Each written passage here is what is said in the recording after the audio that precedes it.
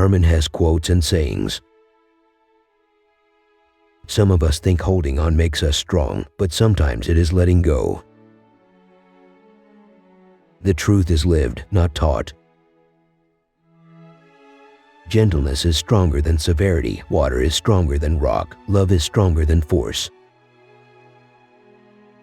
A magic dwells in each beginning, protecting us, telling us how to live. Words cannot express the joy of new life. Happiness is a how, not a what, a talent, not an object. Learn what is to be taken seriously and laugh at the rest. One never reaches home, but wherever friendly paths intersect, the whole world looks like home for a time. Without words, without writing, and without books, there would be no history, there could be no concept of humanity. It is not our purpose to become each other, it is to recognize each other, to learn to see the other and honor him for what he is. I have always believed, and I still believe, that whatever good or bad fortune may come our way, we can always give it meaning and transform it into something of value. If you hate a person, you hate something in him that is part of yourself. What isn't part of ourselves doesn't disturb us. I have been and still am a seeker, but I have ceased to question stars and books. I have begun to listen to the teaching my blood whispers to me. Have you also learned that secret from the river, that there is no such thing as time, that the river is everywhere at the same time, at the source and at the mouth, at the waterfall, at the ferry, at the current, in the ocean and in the mountains, everywhere, and that the present only exists for it, not the shadow of the past nor the shadow of the future?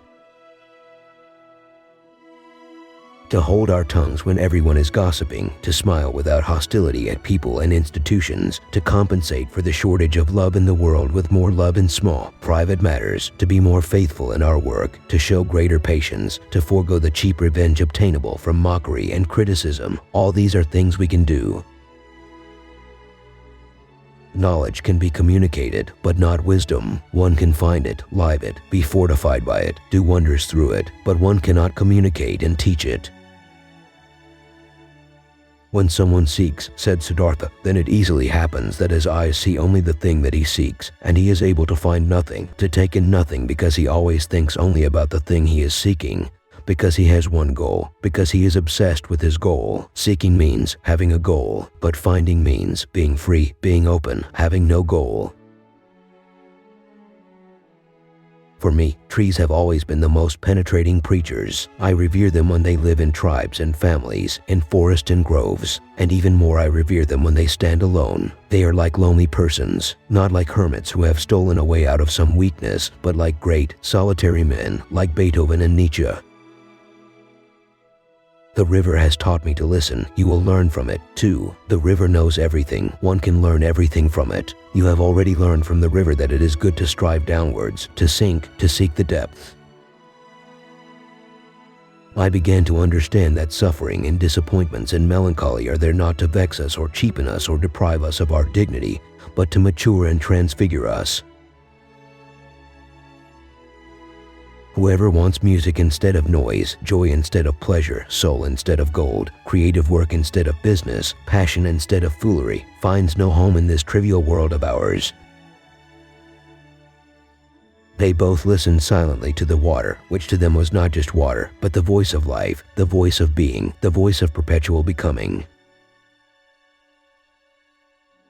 I have no right to call myself one who knows. I was one who seeks, and I still am, but I no longer seek in the stars or in books. I'm beginning to hear the teachings of my blood pulsing within me. My story isn't pleasant. It's not sweet and harmonious like the invented stories. It tastes of folly and bewilderment, of madness and dream, like the life of all people who no longer want to lie to themselves.